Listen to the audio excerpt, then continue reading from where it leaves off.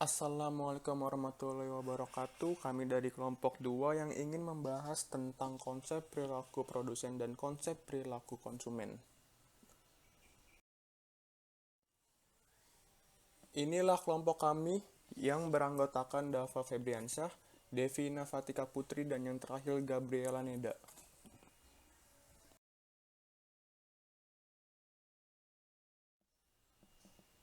Ekonomi menurut George Mankiw yaitu Economic is the study of how society manage its scarce resources, yang artinya ekonomi adalah studi tentang bagaimana masyarakat mengolah sumber dayanya yang langka.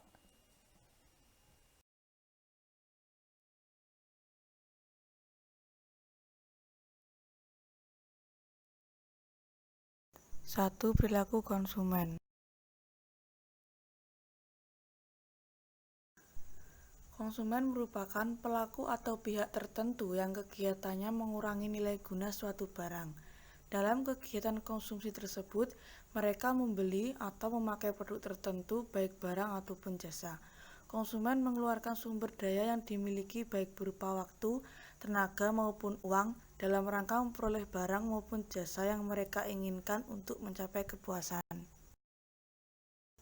2. Perilaku produsen. Dalam kegiatan produsen, mereka memproduksi barang maupun jasa. Produsen adalah orang yang menghasilkan barang atau jasa untuk dijual atau dipasarkan. Sedangkan produksi adalah usaha menciptakan dan meningkatkan kegunaan suatu barang untuk memenuhi kebutuhan produksi yang berkaitan dengan nilai guna suatu barang. Di dalam perilaku produsen dan konsumen terdapat macam-macam pendekatan, yaitu pendekatan kardinal, pendekatan ordinal, dan pendekatan atribut. Oke, kita akan membahas tentang pendekatan kardinal.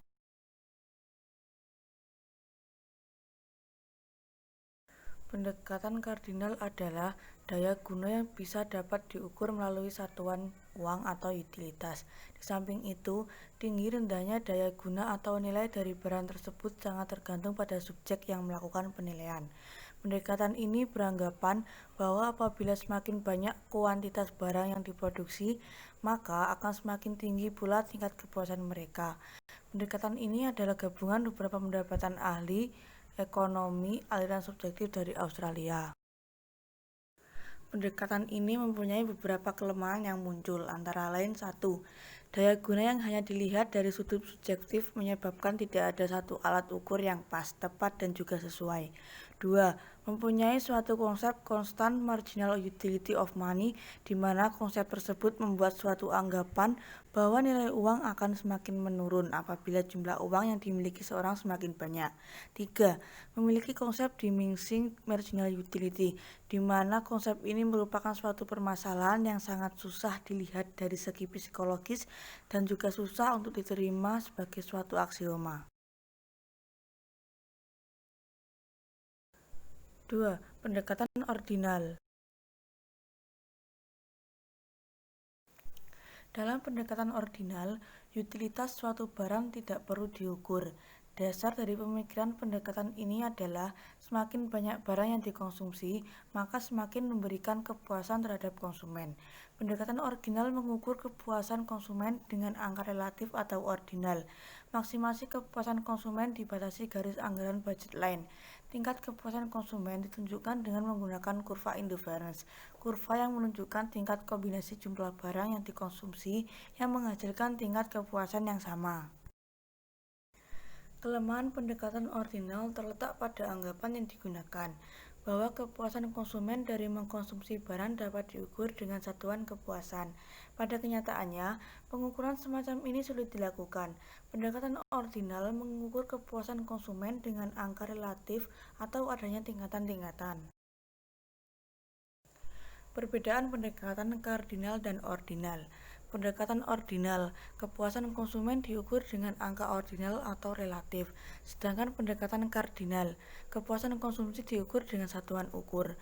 Pendekatan ordinal menggunakan analisis indifference curve, sedangkan pendekatan kardinal menggunakan alat analisis marginal. 3. Pendekatan atribut. Diperkenalkan oleh Kevin Lancaster pada tahun 1966, lalu dikembangkan lagi pada tahun 1971. Pendekatan ini menganggap bahwa yang diperhatikan konsumen itu bukanlah barang secara fisik, tetapi atribut yang terkandung dalam suatu produk tersebut. Atribut suatu barang yaitu semua jasa yang dihasilkan dari penggunaan dan atau pemilikan barang tersebut. Apabila terjadi perubahan pendapatan, maka ada dua kemungkinan yang terjadi, tergantung produk yang dibeli, apakah barang normal atau superior atau barang inferior. Jika pendapatan meningkat, jumlah yang dibeli juga akan meningkat bila barang yang dibeli barang normal atau superior.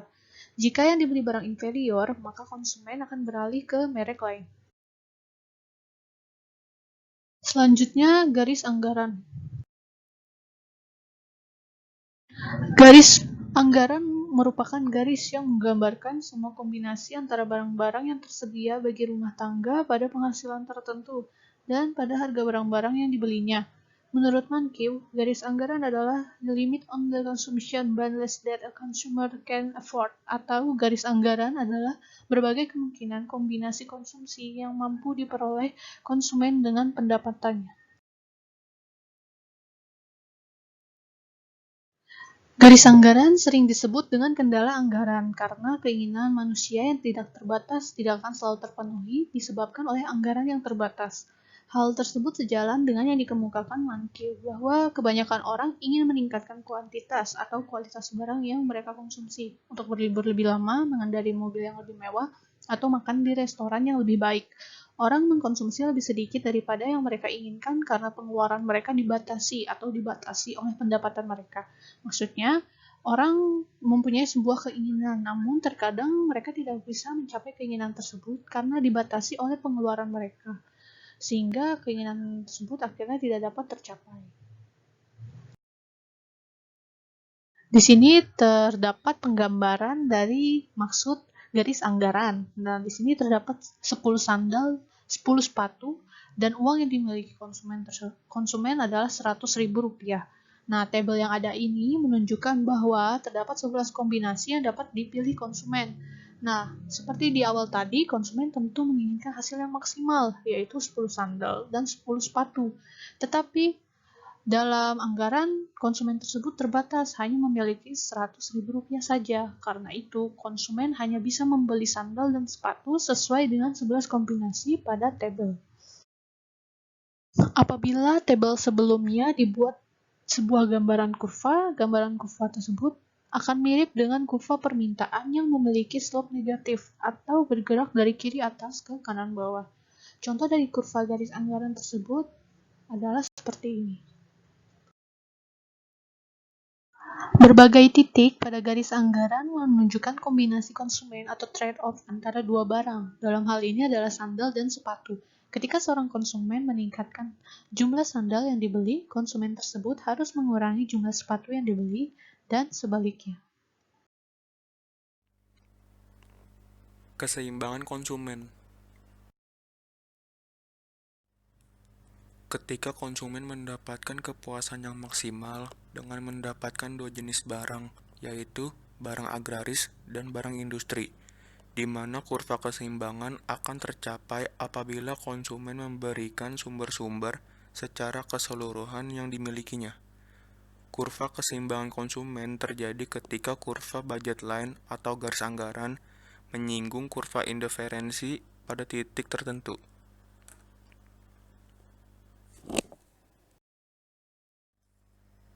Prinsip dasar keseimbangan konsumen terdapat di Hukum Gosen II yang mengatakan seorang konsumen yang bertindak rasional akan membagi-bagi pengeluaran uangnya untuk membeli berbagai macam barang sedemikian rupa sehingga kebutuhannya terbutuhi secara seimbang.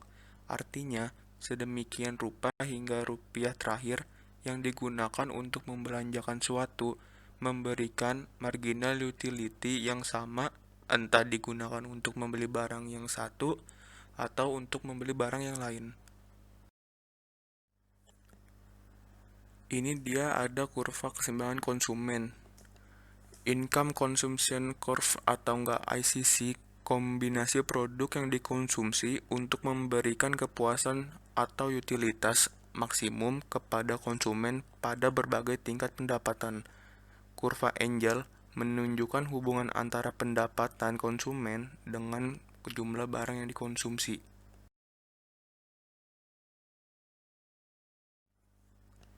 Efek substitusi.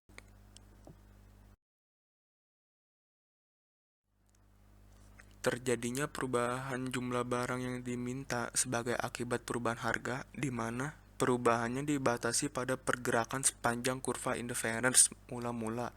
Penghasilan real dianggap tetap. Penurunan kurva permintaan individu pada efek substitusi yaitu ada dua barang X dan Y yang dikonsumsi. Pergerakan atau perpindahan di sepanjang kurva interference, individu bertahan pada interference yang sama, konsumsinya harus diubah agar MRS-nya sama dengan rasio harga yang baru dari kedua barang. Efek pendapatan.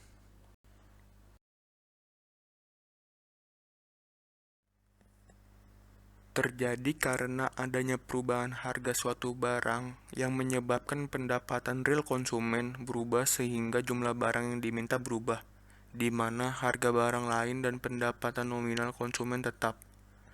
Penurunan kurva permintaan individu efek pendapatan yaitu ada dua barang X dan Y dikonsumsi. Jika harga X turun, pendapatan real naik sehingga kuantitas barang X yang diminta meningkat. Garis anggaran berotasi ke kanan, perubahan harga berarti mengubah daya beli real. Garis anggaran akan berotasi mengikuti perpindahan kurva interference dan daya beli yang baru. Perbedaan efek substitusi dan efek pendapatan dapat digunakan untuk menentukan apakah suatu barang merupakan barang normal, superior, inferior, atau give vary. Pengertian barang normal adalah barang yang dimiliki efek pendapatan selalu positif, sedangkan untuk barang superior dapat ditentukan apabila efek pendapatan lebih besar dari nilai absolut efek substitusi. Pemecahan efek substitusi dan efek pendapatan dapat dilakukan melalui dua metode, yaitu metode Hicks dan metode Slutsky. Pertama akan dipaparkan tentang metode Hicks. Dari gambar ini terlihat keseimbangan awal pada titik 1, yaitu pada BL1 dan IC1. Misalkan, sekarang tingkat harga X mengalami penurunan, dan BL berubah dari BL1 menjadi BL2. Keseimbangan akhir ada pada titik 3 dengan kurva interference yang lebih tinggi. Di sini keseimbangan konsumen meningkat walaupun tingkat pendapatan nominal tetap karena pendapatan real konsumen terhadap komoditas yang naik. Sebelum keseimbangan bergeser ke titik 3, sebenarnya secara teoritis terlebih dahulu keseimbangan bergeser ke titik 2. Perhatikan titik 2 yang menunjukkan persinggungan IC1 dengan BL2. Pada keadaan tersebut, komposisi X dan Y telah berubah. Fenomena ini telah menunjukkan antara titik 1 dan 2 sama tingkat kepuasannya pada kurva interference yang sama, tetapi jumlah barang X yang dikonsumsi meningkat, sedangkan jumlah barang Y menjadi turun. Keadaan ini terjadi karena harga barang X mengalami penurunan. Jadi jelas sekarang konsumen mensubstitusikan barang Y dengan barang X karena barang X lebih murah untuk satu tingkat kepuasan yang sama. Ini yang dinamakan efek substitusi.